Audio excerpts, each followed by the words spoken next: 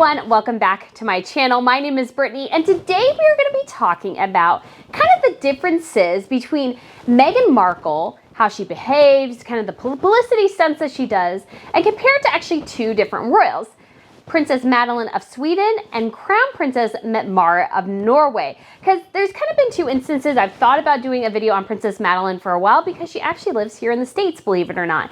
And then we've had this incident in Norway recently with a mass shooting, and Crown Princess Mette-Marit has often been on the front lines of kind of the country's grieving process. She's been to the memorial, she went to a church service recently, and there's a very special reason why I think what she is doing is working. And Meghan Markle's stunt in Uvalde, Texas, was just completely crass. Just the differences between class, which is Princess Madeleine and Mette-Marit, and trash, if I can say that right.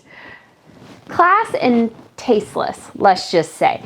So guys, if you haven't been to Royal News Network before, my name is Brittany, and I love everything related to royal. So I do news, gossip, fashion, jewelry, television shows, movie, and history. I do it all right here, so if you want to subscribe, that would be great. And we just hit 5,000, so I'm going to do a special 5,000 subscriber giveaway soon. It's the How Majestic swatch from for the Queen's Platinum Jubilee. I actually ended up getting two. One's for myself, and then I thought one would be great for a giveaway. But like I said, I'm going to compare Meghan Markle to two different princesses, both Scandinavian actually. And I just found the comparisons between the two of them very interesting when I was thinking about it recently. So kind of the first thing I'm going to talk about is Princess Madeleine and the difference between a real princess living in the United States and how Meghan Markle is doing it. So just a little bit of background. Princess Madeleine is the king's third child. So he actually became king quite young. He's going to celebrate his golden jubilee here next year. I'm hoping maybe I can go to Sweden to cover that. That'd be super cool. I'd love to see the Swedish royals. And so Princess Madeleine is his youngest child. He has three children. So Crown Princess Victoria, Prince Carl Philip, and then Princess Madeleine. And so he has these three different children. And if you and there's kind of an interesting dynamic in this family, kind of like all families have their issues. And when it comes to the Swedes, particularly, the king very much wanted his son, Carl Philip, to be king after him. But they changed the succession laws and actually, so when Crown Princess Victoria was born, she was the heir presumptive, and then Carl Philip was born, and he became Crown Prince for a very brief period of time. And then they changed the laws, and Crown Princess Victoria became Crown Princess again. And she will eventually become queen, and her firstborn daughter, Estelle, or I guess first child, Estelle, will become queen after her. She has a younger brother, Prince Oscar. So Prince Oscar did not supersede Princess Estelle in the line of succession. And a lot of royal families are going on this direction. But like I said, so when you're looking at this family dynamic, the king very much, he's kind of a bit of a misogynist. And so he very much wanted his son to become the heir. And when they changed the laws, the king was very grumpy about it. He was not a happy camper. And so there's kind of an interesting dynamic in the family because Crown Princess Victoria is very much the heir, but Carl Philip and his wife Sophia are constantly kind of shoved to the forefront.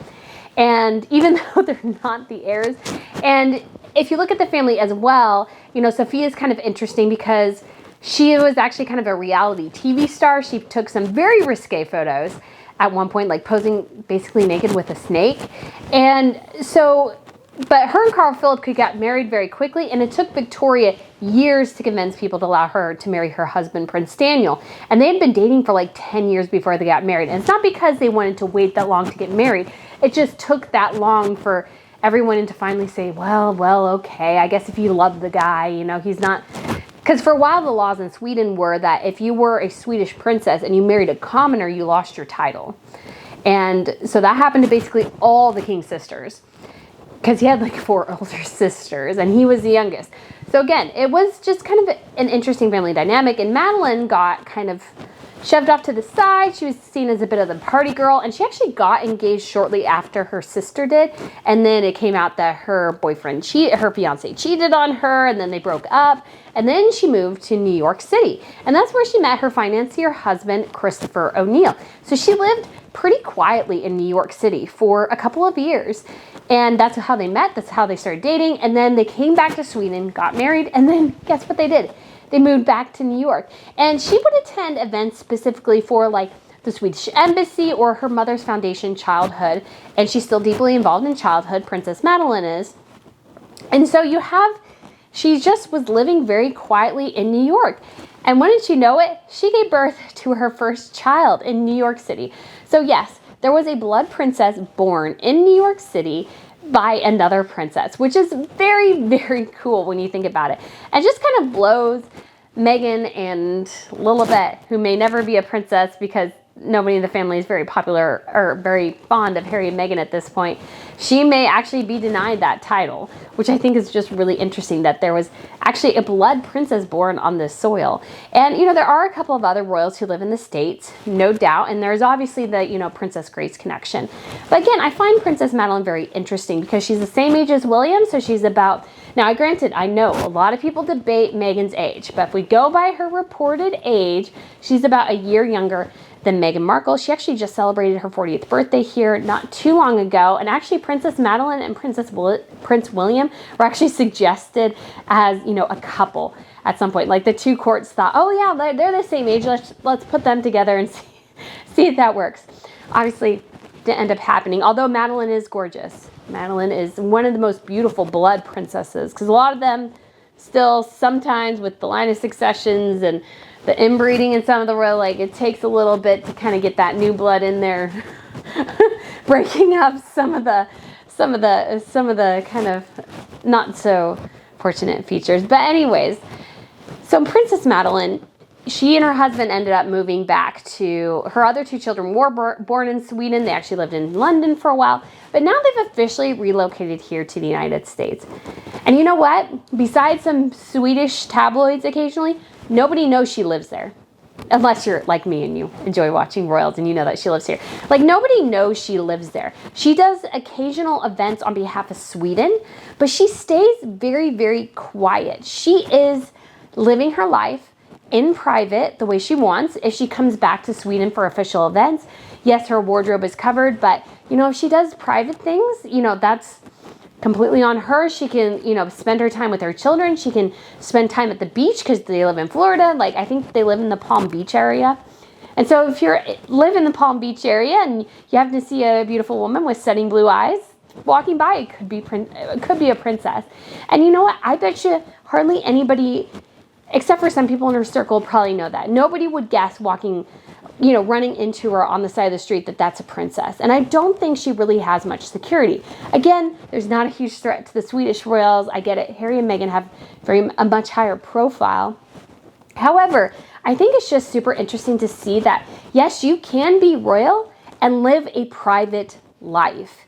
Harry and Meghan, part of it kind of is that they wanted privacy when they left, but they really wanted publicity. They wanted to run the show. They wanted to be kings and queens of their own court. That's why they left.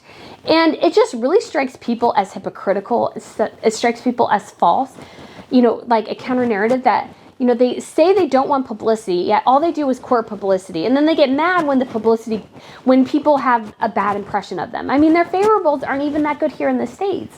The rest of the royals, I double checked with YouGov, aren't all that popular either. But again, they're not representing us. A lot of people don't understand how royalty works. But Madeleine does it right. She lives in the States. She raises her children. She does it in private. She does it, she comes back to Sweden. Recently, she and her children come back to Sweden during the summer. They usually do that. Obviously, it's blazing hot in Florida. I don't blame them at all. And she took her son, who's a Duke of particular lands, she took him to a playground they built in his honor. They had little royal visits. And so her children are still being exposed to their culture. And yes, their family dynamic in Sweden is unusual. I think it's a bit difficult. I think the sisters are close. I don't know how much with Carl Philip, although they do seem pretty close. Actually, Victoria, I think Madeleine said this because their parents traveled so much.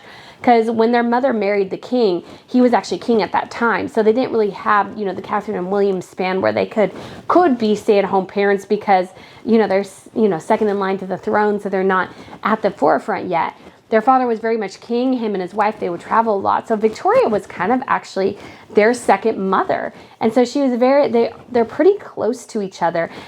And, you know, she does still very much represent Sweden, but she doesn't do it obnoxiously. She's not shoving her title down everyone's throats. You know, if she went into any store in Florida, she would probably never, ever mention that she was a princess. Now, if I did see her in person, I would come up and try to go, hi, I'm a royal fan. I know who you are. Can I get a picture? And I'm sure some people would be standing around me going, I mean, she's beautiful, but come on, she's not, I have no clue who this woman is, not knowing that, you know, she's descended from the Vikings and everything. But that is, I think, how royalty, if you're not a working royal, mostly should work. Your work should speak for itself. She still represents childhood. But Harry and Meghan, what they've done is they created this foundation. They kind of go to these, like, and they're like, you know, they're doing this deal with Netflix, and supposedly they're following themselves around. I mean, they're taping reality television shows. I mean, it's just so tacky. And it's like, you know, Madeleine is supported by her husband. He's a financier guy. You know, I don't know, there's a lot of rumors in Swedish tabloids about, you know, that maybe his business is not doing so well, or, you know, yada, yada, yada. But, you know, we don't actually know. And as far as I can tell, he's just doing his life and working. And he comes to Sweden in the summer. And he actually has British citizenship as well. So he's kind of, in many ways, a real well-rounded guy. But they're not courting this publicity. He's not a fan of it. And they very much captured what it means to be royals, not working, and living privately in the United States. It can be done. But Meghan just, I think when she got that title, she saw stars in her eyes. Oh my gosh, I can finally be a star. People finally care that I am the genius I always knew I was. Of course, you know, a royal title is not a genie. It can't grant wishes. And they're finding out right now, I think, that if you don't have the talent to back it up, like, it doesn't work. Like, you can't just go about, you know, using your title and hoping that gets you ahead. You actually do need to work at it. And that's what Madeleine does really well. She just does her work. She does childhood stuff. She's at home with her kids. You know, her and her family probably go to Costco. I think there was one picture where they were, like, her son and I think her husband, like, went to Costco, I think, or something. I'll try to find that picture if I can.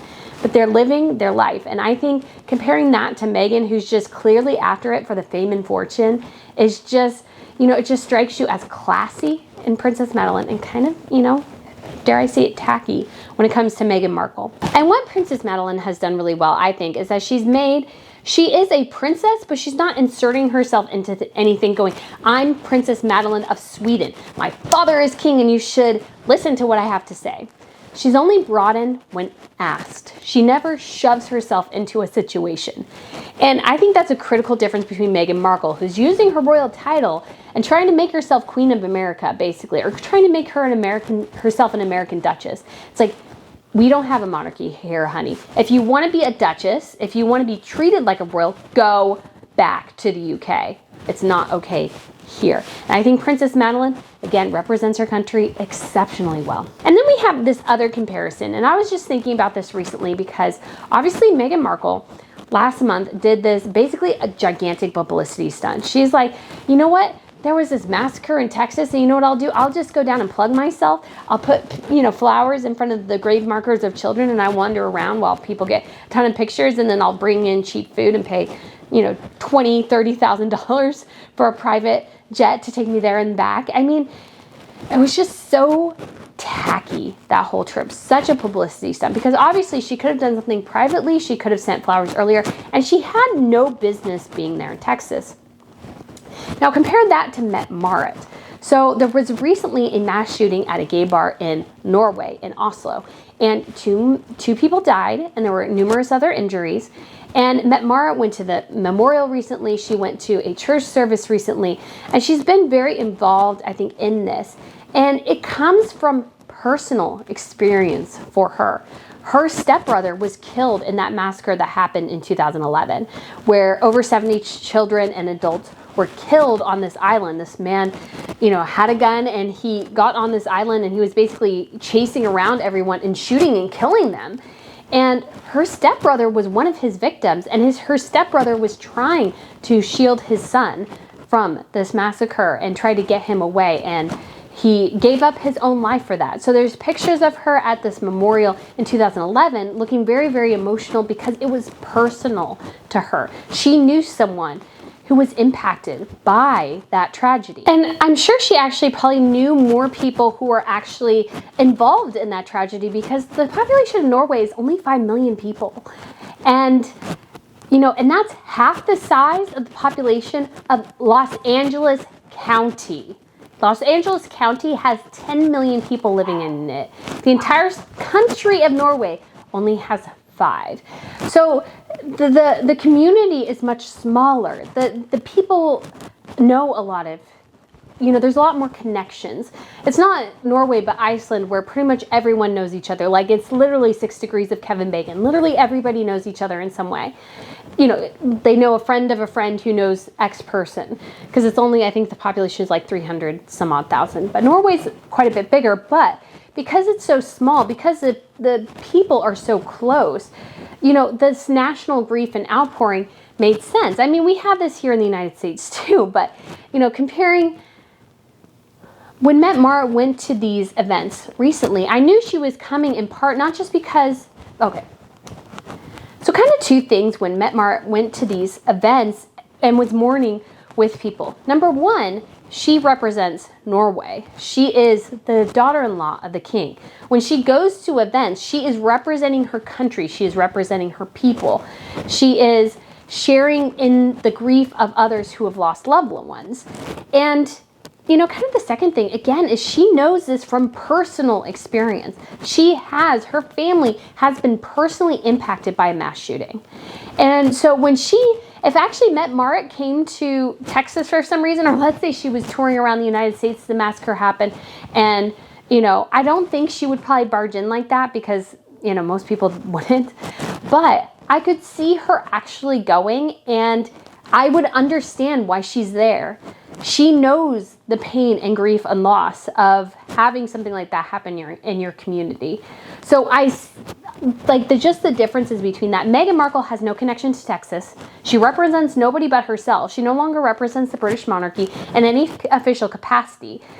Though she's still using her title, which I think means that she is to a certain extent representing the British monarchy. She's not officially. They haven't officially told her, yes, every mass shooting in the United States you need to go to because you're representing the UK in our interests. No, nobody said that to her. Nobody is ever going to say that to her. She went there of her own volition as a publicity stunt. You know, it was kind of this fake, you know, and she knew there was a bunch of photographers there. Like, when she walked up, there were camera people right there. She knew they were there. And then she brought this massive bodyguard that screamed bodyguard. So everybody knew that she was somebody important. Even if they couldn't recognize her right away, she screamed importance because she had this guy behind her who looked like a bodyguard, not somebody who's quiet and understated, kind of like Catherine did when Catherine actually went to a memorial for a woman who died in London. Catherine was very understated. Her security was very understated. So nobody would have known it was Catherine unless you just happened to look and realize that it was her. So guys, at the end of the day, what I think this really comes down to is classy versus tacky. Meghan Markle has kind of made this royal thing into a caricature. She's taken this royal title, this royal privilege, and all of this, and kind of tried to weaponize and monetize it to benefit herself. Now, granted, everybody who's a royal has advantages the normal person does not have. I totally get that. But what Meghan does, she's just made a joke of what a royal is supposed to be. They're supposed to be somebody who represents their country, their culture, the heritage of that nation, and just really history. You represent history. You represent a tie going back centuries. You wear jewelry and pieces of regalia that have been in lines for, you know, again, centuries sometimes. You know, the Stuart diamond in the Netherlands can go all the way back like 300 years. That diamond's been around. There's, you know, pieces of jewelry that have been around in royal families even longer than that. And the purpose, again, is that there's just this connection to the past, and they represent a continuity in government. That's what royals do. So will the prime ministers change, the representatives change? Like, there's a bunch of this turnover in politics and turmoil and mudslinging in politics. Royals are above that, and they can constantly represent the people over the span of decades. And, you know, we've seen Elizabeth almost over the span of 100 years. And that is something so unique, so special, so important, and that Meghan Markle has made it a joke and made it something so that she could just make money off it, you know, turn it into, well, let me be a royal influencer. There are a couple of royals who are going down that path, and they really should not. But they're also not that high up the line of succession. What really bothers me, I think, about Meghan is that, again, she is trying to be a Duchess of America. The United States has no monarchy. I don't want Meghan as my Duchess. She doesn't represent me in the slightest, and America is not a monarchy. I don't want you as my Duchess. Get out of my country. Stop trying to make yourself a Duchess here. It doesn't work. Princess Madeleine does it right. She stays in Florida. She does her own thing, and when she needs to, she represents her country. When asked, when requested, she's not barging and going, I'm Princess Madeleine of Sweden, and you must listen to me about gun control legislation because I'm a princess. She's never, ever done that. And Mette-Marit knows tragedy. And so when she goes to mourn with people at these events like this mass shooting, I know that she's coming from it from a perspective as somebody who knows what that's like, knows what it's like to get that news that your loved one's been killed suddenly, violently by somebody else. She knows that sense of loss. So guys, I hope you liked this video, and I hope you learned some more things about some princesses in other countries. Yes, there's more than Meghan Markle, and a lot of them are a lot funner. And I forgot to mention this. Listen to this clip of Mette-Marit. Does she not sound American? Her accent is like perfect. Apparently Norwegian and Swedish, their grammar construction is very much like English, and so you can kind of see it. But I listened to her, I was like, oh my gosh, she sounds so American right now. So listen to this clip real briefly from CNN. Norway's wealth is built on two things. The oil industry has been incredibly important, but then women in the workforce. If you were to reduce women in the workforce to the regular numbers of the OECD countries, that would be equivalent to all our oil fortune. So I think that's incredibly important to understand, that when you engage women in all levels, you see with all the big businesses that have women involved on the boards, in the top management, they're all performing better. All right, guys, again, thank you so much for watching. That's all for this video. I appreciate you watching, especially if you don't know much about the other royals. I hope you learned how real royals work and not the joke that Meghan Markle has made it. So guys, again, thank you so much for watching. I look forward to seeing you again soon, and yay, 5,000 subscribers. I'm so excited. All right, bye.